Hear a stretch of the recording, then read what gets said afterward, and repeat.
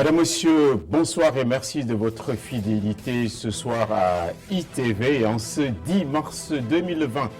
Nous sommes condamnés à aimer car c'est Dieu qui nous a aimés les premiers, mais dans les couples, les feux de l'amour sont de plus en plus dénaturés par les contingences matérielles.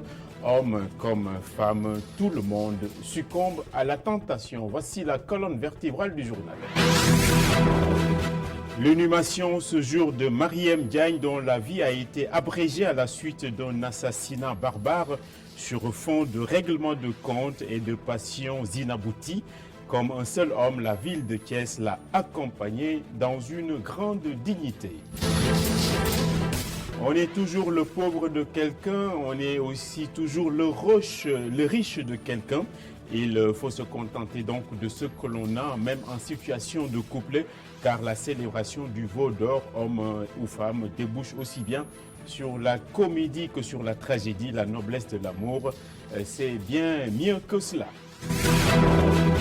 Faudra-t-il que le ministère de la Santé change sa stratégie de communication autour de la livraison des informations quotidiennes sur le coronavirus?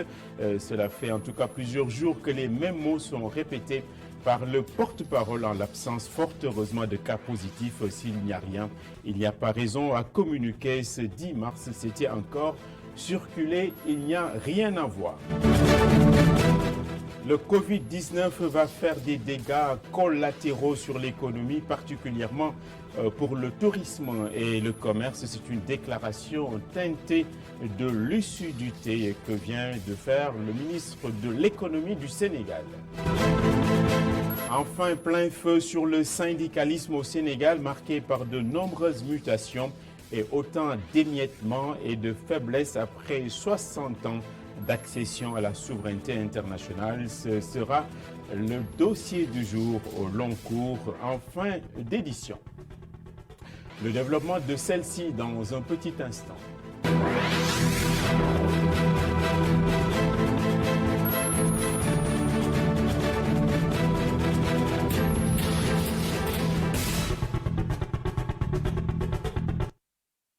En bref, donc, la dame Mariem Diagne qui a été sauvagement assassinée a été portée en terre à Thiès où une foule compacte l'a accompagnée dans sa dernière demeure au cimetière de Kausarafal. Il y eut donc beaucoup d'émotions, voire de colère de la part des parents, proches et camarades étudiants, de même que l'époux qui a pris la parole avec une grande dignité et beaucoup de retenue.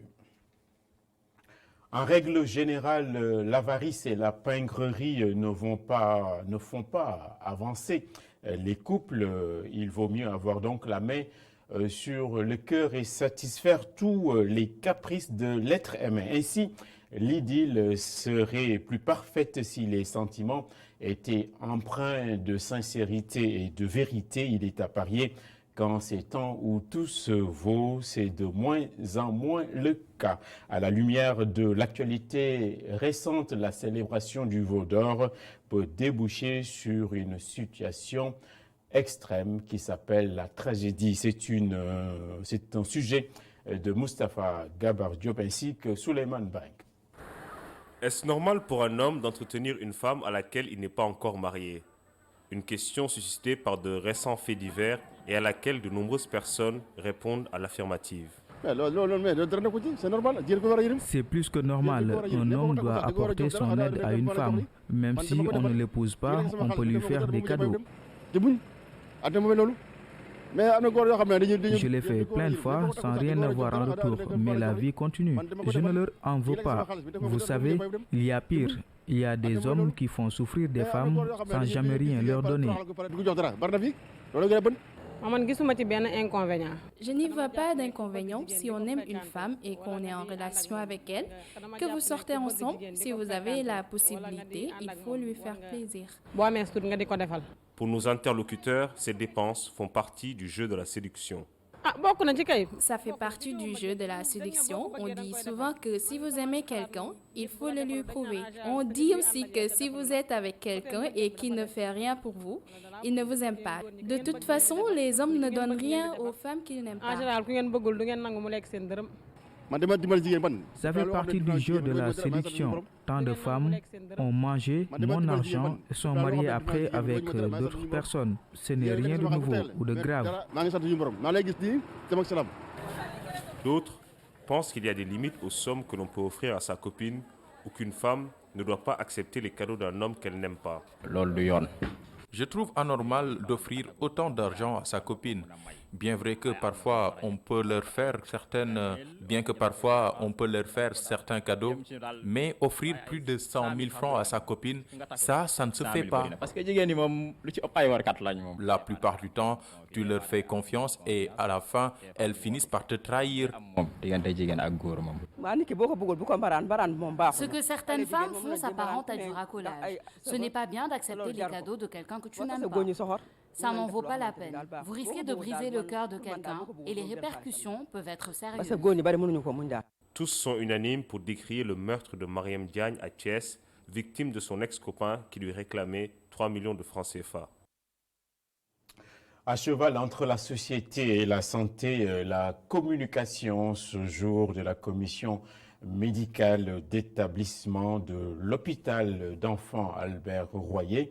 C'est à la suite donc d'une information diffusée par des médias et relative à la prise en charge dans la structure d'une fillette âgée de 3 ans et qui serait donc victime de viol. Il s'avère après vérification de ces services que la petite enfant n'a jamais été admise dans l'établissement, ni consultée, ni donc même hospitalisée. Voici donc Monsieur Malik Faye, le professeur Malik Faye qui a réagi.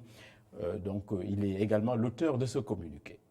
Je vous remercie. En fait, je voudrais dire que j'agis en tant que le président de la commission médicale d'établissement, représentant tout le personnel médical d'Albert Royer. Et je voudrais donc, suite à cette information, faire une précision pour dire simplement qu'après avoir vérifié, j'ai discuté avec le professeur chef de service de la chirurgie, j'ai discuté avec le professeur chef de service de la pédiatrie et j'ai discuté avec le responsable du service d'accueil et d'urgence, le SAU. Ce qu'on peut en retenir, c'est que cet enfant n'a jamais été vu à Albert Royer et n'a pas été hospitalisé. Donc, il n'a pas été consulté ni hospitalisé à Albert Royer. Ce qui veut dire donc que ces images ne proviennent pas de l'hôpital d'enfants Albert Royer.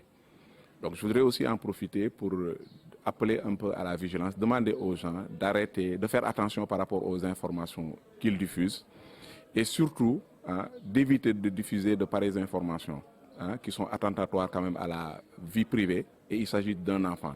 Et les personnes qui ont filmé ça surtout sont responsables de leurs actes et ces actes n'honorent pas le personnel qu'ils sont censés représenter. Parce que quand même, le respect de la vie humaine, de la dignité humaine est un credo pour le personnel médical et paramédical que nous représentons. Voilà. Merci.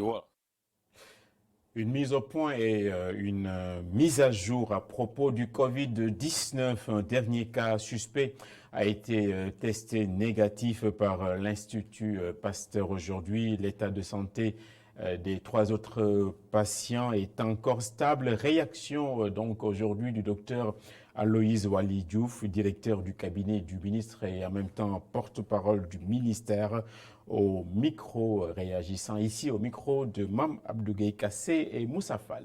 Ce mardi 10 mars donc, nous avons reçu un test de l'Institut Pasteur, test effectué sur un cas suspect qui est revenu négatif. Nous poursuivons donc la prise en charge des 3 patients qui sont hospitalisés au service des maladies infectieuses et tropicales.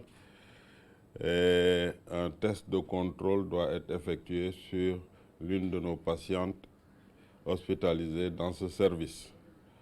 À l'issue de ce test-là, certainement, une autre perspective pourra être dressée pour cette patiente. Le ministère de la Santé continue à inviter les populations et l'ensemble des acteurs à persévérer dans la vigilance. Il faut le reconnaître, de moins en moins Le coronavirus occupe les devants de l'actualité. On note un certain relâchement. Il faudrait que nous puissions ensemble poursuivre dans la même dynamique parce que, je l'ai dit, autant on peut observer un calme dans la détection des cas positifs, à tout moment ces cas peuvent revenir. Donc poursuivons cette lutte acharnée que nous sommes en train de mener ensemble contre le coronavirus et cela nous permettra de pouvoir gagner cette bataille. Le Covid-19 engendre une tectonique des plaques. En marge d'une rencontre, le ministre de l'économie a mis en avant tous les dégâts que pourrait donc charrier le Covid-19 sur l'économie mondiale ainsi que sur notre pays. À l'échelle de Hamadou Hott, le tourisme ainsi que le commerce seront vraisemblablement les secteurs les plus fragilisés. Nous allons l'entendre, il réagissait au micro de Cheikh Hassan Fall et Moussa Fall. Il est évident que le coronavirus aura un impact sur l'économie mondiale et en particulier sur nos économies africaines et sénégalaises. La raison est qu'il y a un ralentissement donc, du commerce mondial à cause du coronavirus et cela a un impact certain sur toutes les économies. En particulier les économies qui dépendent un peu de l'exportation de ressources naturelles. Le Sénégal, bien sûr, certains secteurs seront affectés et l'État certainement prendra certaines mesures pour atténuer un peu, mais également des investissements supplémentaires qui vont être faits dans les régions pour que, si jamais ce fléau se maintenait, que notre pays ait quand même les capacités d'accueil également en dehors de la région de Dakar. Et toujours selon le ministre de l'économie qui s'exprimait en marge d'une audition au Conseil des collectivités territoriales, les collectivités territoriales notamment devront apprendre à mieux collaborer et aller dans le sens de projets intercommunaux pour accroître les chances d'obtenir des financements. C'est une vraie astuce donc du point de vue du ministre pour accélérer le développement de nos communes. Nous en revenons au coronavirus. Face à celui-ci, la Ligue des imams et prédicateurs du Sénégal ainsi que le Forum islamique pour l'éducation et le développement ont appelé les citoyens sénégalais à prendre les mesures nécessaires afin de se prémunir. Ils ont aussi mis en garde contre tous les tartuffes qui utilisent la religion pour abuser la population. On écoute Ismaël Ndiaye, porte-parole, au micro de Adam Assar et Barasso. Nous lançons un appel au peuple sénégalais dans toutes ses composantes, visant à prendre toutes les mesures nécessaires pour se protéger avec la volonté d'Allah de la propagation de cette maladie en leur sein et envers les autres. Le fait de respecter la propreté du corps, des vêtements et du lieu, ainsi que le fait de ne manger que ce qui est bon est rendu licite par l'islam. Tout ceci fait partie des facteurs les plus importants pour se protéger contre la maladie. Partant du fait que nous constatons la propagation de fausses connaissances ou de fausses recettes données au nom de la religion et qui sont contraires avec les données de la science et l'indication de la raison, nous prions ceux qui s'adonnent à tout cela à craindre Allah et de se rappeler que la situation est grave et que leur responsabilité devant Allah est énorme. Et dans la chronique judiciaire sénégalaise, nous allons signaler le procès en diffamation intenté contre le journaliste Pape Alé Niang, l'ancienne présidente de l'OFNAC, ainsi que le doyen Modigna. Ce procès donc n'a pas eu lieu ce mardi. L'audience a été renvoyée au 24 mars. Voici tout de suite donc la réaction du Conseil de la partie civile, propos recueillis par Alioune Diouf. Bon, ce que je peux vous dire, c'est que la procédure concernant Pape Alé Niang et Modigna a été renvoyée au 24 mars pour paiement de la consignation. C'est une procédure normale. Maintenant, il y a la procédure aussi contre Nafi Ngom Keïta pour complicité de diffamation aussi qui a été évoquée. est renvoyé également au 24 mars pour paiement de la consignation qui a été fixée à 50 000 francs. Donc, les deux procédures ont été évoquées devant le tribunal et renvoyées par le tribunal au 24 mars pour paiement de la consignation. La consignation a été fixée pour chaque dossier à 50 000 francs. Donc, ce qui fait 100 000 francs.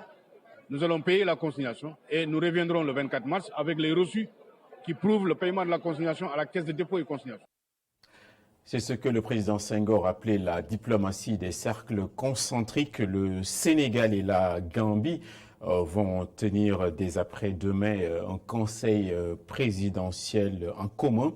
Le conseil a été précédé cependant d'une séance de travail animée par des experts des deux pays qui sont chargés d'apporter des réponses immédiates à la problématique sécuritaire ainsi que la libre circulation des biens et des personnes. Abdurrahman Li et Suleiman Bank. Ce conseil présidentiel vient en appoint à la volonté des deux États d'instaurer un dialogue permanent, un deuxième du genre qui avait permis la signature de 6 accords dans plusieurs domaines.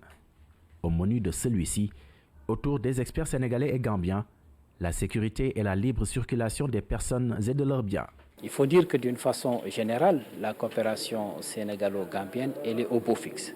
Vraiment, c'est une entente cordiale et parfaite sur pratiquement l'ensemble des questions. Mais dans toute coopération, il y a de temps à autre des questions qui méritent d'être revisitées. Donc le Conseil présidentiel sert un peu à cela. Pour cette deuxième édition, nous aurons des questions autour de la sécurité qui, comme nous le savons, est une question majeure aujourd'hui dans l'espace CEDEAO. Il y aura également, après la sécurité, des questions de libre circulation des personnes et des biens. Il y aura également des questions concernant le commerce, parce qu'avec l'entrée en vigueur de la zone de libre-échange continentale.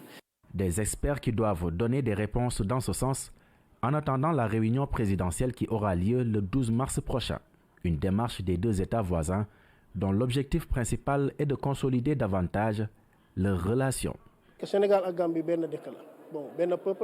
Je peux dire que le Sénégal et la Gambie, c'est le même pays, car à mon sens, nous partageons le même peuple. Nous sommes victimes de l'héritage colonial qui nous a séparés. Et je pense que l'initiative est bonne de se réunir et de tenter de trouver des solutions dans les domaines du développement humain ainsi que dans le domaine politique. Je crois que c'est important que les deux chefs d'État, les ministres et les experts se réunissent de temps à autre pour voir les programmes qu'ils peuvent faire ensemble dans l'intérêt des peuples sénégalais et gambiens. 3 commissions ont ainsi été installées, dont la commission Affaires économiques et la commission Défense et Sécurité. Des experts qui ont la responsabilité d'apporter des ébauches de solutions qui intéressent particulièrement les deux États. En règle générale, quand la crise survient, les maigres maigrissent évidemment. Les organisations de la société civile et autres ONG sont-elles en train de tirer le diable par la queue ou sont-elles frappées en ce moment d'impécuniosité? Dans tous les cas, le CONGAD est monté au créneau pour s'émouvoir de la chute des financements alloués à ces ONG. C'est ainsi qu'une rangée d'organisations ont tiré la sonnette d'alarme dans une séance de réflexion qui avait notamment lieu sur la Petite Côte, ainsi que nous le raconte Alun Khan. Les bailleurs ont nettement réduit le volume de financement destiné aux organisations de la société civile. L'une des raisons, les membres des organisations de la société civile sont de moins en moins outillés pour mener à bien les projets. Tout à fait, je l'ai également rappelé. On a constaté sur ce plan également des manquements pour la bonne gestion des projets et programmes. Et le CONGAD s'est investi pour vraiment combler cette lacune, pour que les acteurs du CONGAD puissent délivrer vraiment des services de qualité au niveau des populations. Parce que c'est une formation technique, ils utilisent l'outil informatique. Alors, vous avez un grand projet, l'outil informatique vous permet d'avoir une vue d'ensemble du projet et de pouvoir obtenir les informations à temps réel. Ce manque de financement a des conséquences sur la vie des populations, notamment dans le domaine de la santé. Prenons un exemple, il y a dans des zones du Sénégal où il n'y a pas de structure de santé. Où il n'y a plus, parce que c'est les ONG qui y travaillaient et qui avaient mis en place des infrastructures, des équipements, n'ont plus les moyens de continuer à accompagner. Des villages qui avaient des écoles qui étaient construits par des ONG, ou bien des villages qui avaient des postes de santé ou des cases de santé, c'est des ONG, ne peuvent plus continuer parce qu'il n'y a plus de financement. C'est d'abord, à mon avis, une cassure dans le rôle de complément que jouaient les ONG vis-à-vis de l'action publique de l'État. Le CONGAD invite les organisations de la société civile à mieux former leurs membres en vue de capter suffisamment de fonds pour développer des projets allant dans le sens de l'épanouissement des populations. Indépendance 360 degrés, c'est la série de la rédaction d'ITV qui continue donc en prélude aux 60 ans de notre accession à la souveraineté internationale. Aujourd'hui, coup de projecteur sur les péripéties et les évolutions du syndicalisme sénégalais. Le monde des corps intermédiaires a totalement changé et est même en train d'être affaibli par un émiettement sans précédent. Amagor Robert Nian et Séléman Diallo. 1960, 2020, 60 ans. La République du Sénégal, 60 ans d'indépendance en 360 degrés sur ITV.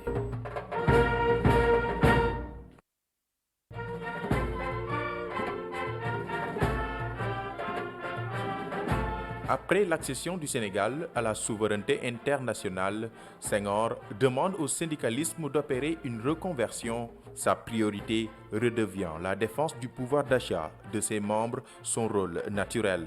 La naissance du syndicalisme remonte à la période coloniale. A vu le jour de manière structurée, avec bien sûr l'arrivée donc des colonialistes. Il y a eu des Sénégalais qui très tôt se sont organisés.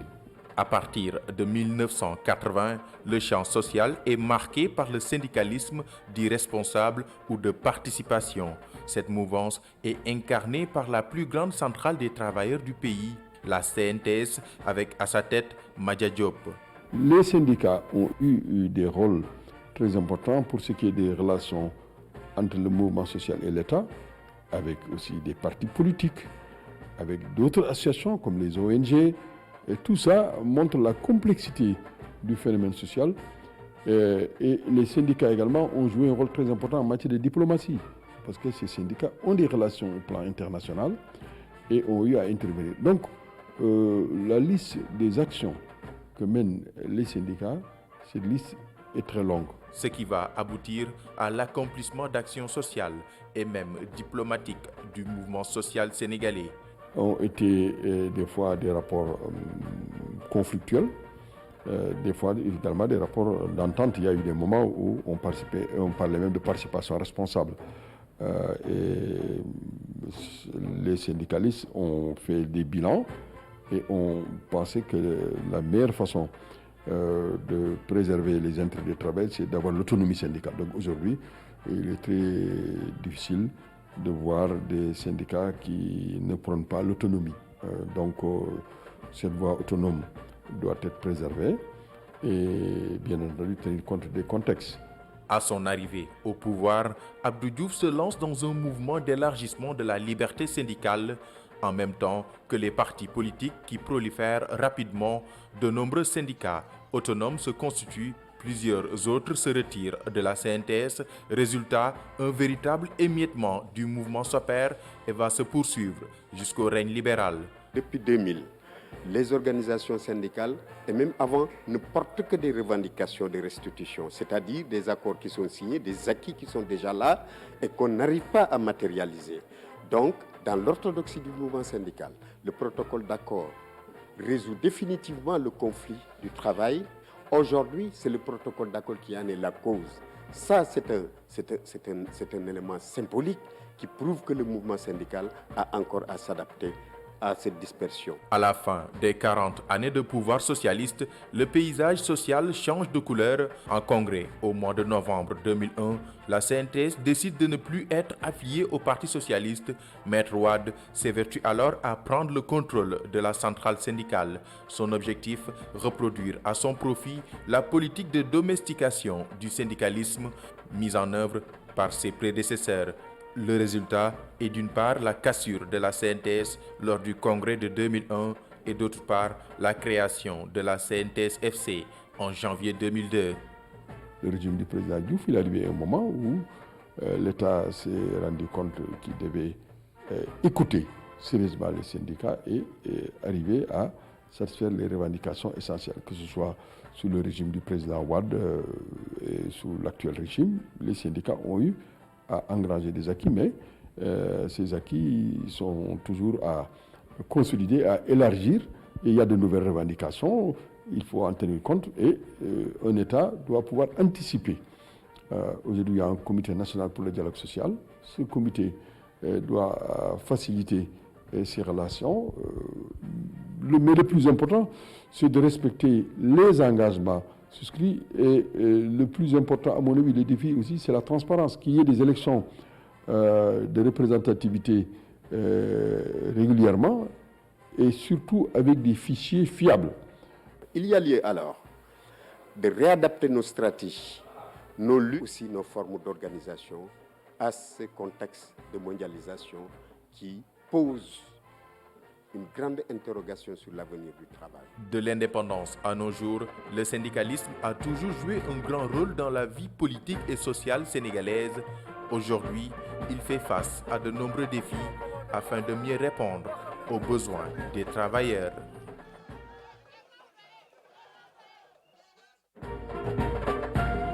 « 1960, 2020, 60 ans. La République du Sénégal, 60 ans d'indépendance en 360 degrés sur ITV.